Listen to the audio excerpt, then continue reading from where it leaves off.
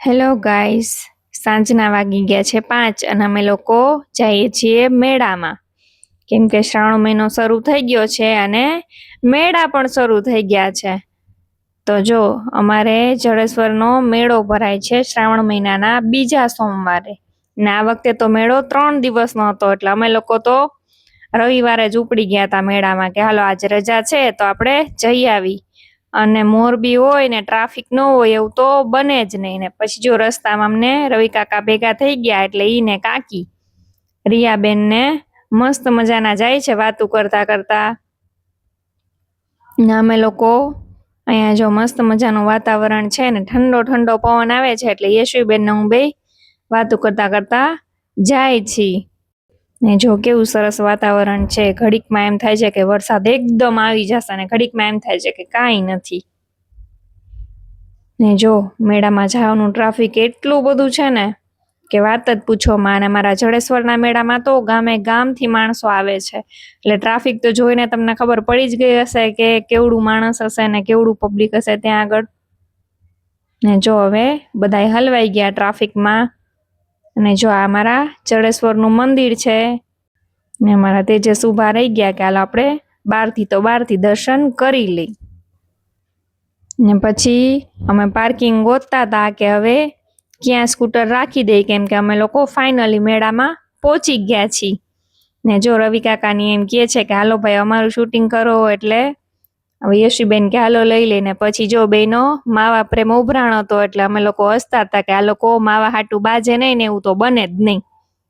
ને જો પછી અમે આવી ગયા હતા યશુબેન ને રિયાબેન ને બેસવું તું રાઈડમાં, એટલે આ બધી જ્યાં રાઈડ હતી ત્યાં આગળ આવી ગયા. અને એમાંય મામા મળી ગયા એટલે છોકરાઓને તો મજા પડી ગઈ હતી,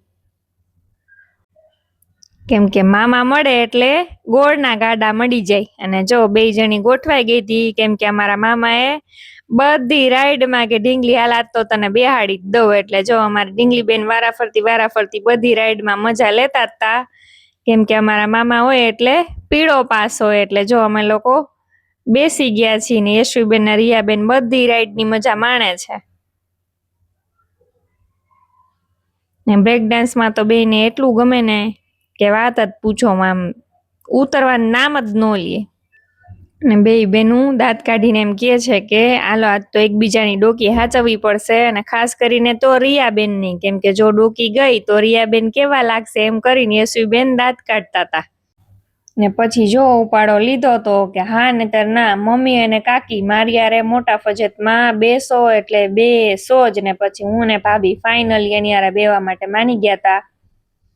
ને જો નીચેથી સીન લીધો કે રિયાબેન છે ને ઓલી નવી રાઈડ આવી ને એમાં એને જાવું હતું, પણ એ લાઈનમાં ઊભા હતા પણ એનો મેળ જ ન આવ્યો, કેમ કે એમાં વેઇટિંગ જ એટલું હતું. ને જો હવે અમે ફજતમાં બેસી ગયા છીએ અને ઉપરથી જો આખા મેળાનો વ્યૂ આવે છે. કેટલો સરસ મજાનો મેળો ભરાણો છે, અને ગળદી એટલી બધી હતી ને કે વાત જ પૂછોમાં. ને અમારી રાઈડ ચાલુ થઈ ગઈ છે. ને હવે યશુ એમ કહે છે કે મમ્મી તને બીક લાગે છે? કેમ કે મને તો ફૂલ બીક લાગતી હતી, પણ મને પરાણે પકડીને બેહાડી દીધી હતી.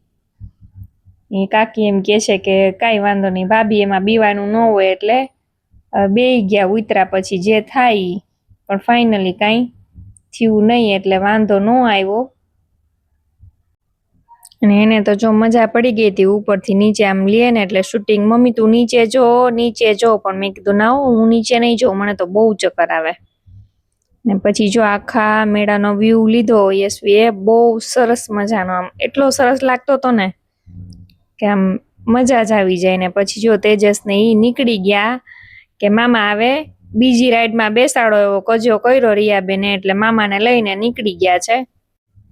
ને હવે મામા ભાણીની સવારી આવી ગઈ છે કે હવે આ લોકો ઉતરે ને એટલે આપણે બીજી રાઈડમાં જાય, પણ રિયાબેનનો કાંઈ મેળ પડવાનો નથી. એટલે જો હવે એમ કહે છે કે તમે લોકો નીચે ઉતરો ફટાફટ, તો હવે અમારો બીજે ક્યાંક વારો આવે.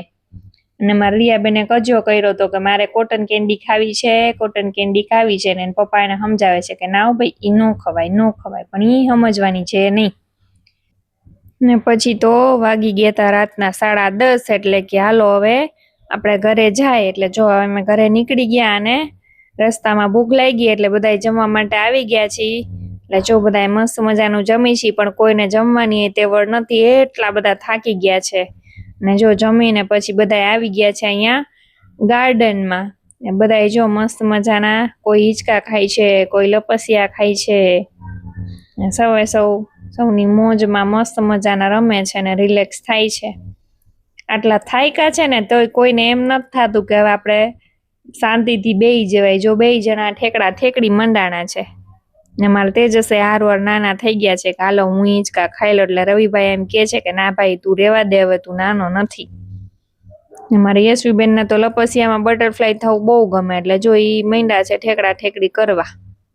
ને પછી ભાભી કે હાલો હિરલ ભાભી આપણે હિંચકા ખાય. એટલે જો હવે મેં પરાણે હિંચકા ખાવા ગયા છીએ ને જો બધાને મજા આવે છે. અને મારી યશવી ને રિયા જો હિંચકા જોઈને ગાંડા થયા છે. તો આવો રહ્યો અમારો મેળાનો દિવસ, જેમાં અમે બધાએ ફૂલ મજા કરી, ફૂલ મસ્તી કરી અને એન્જોય કર્યું. તો ચાલો મળશું આવતા વ્લોગમાં.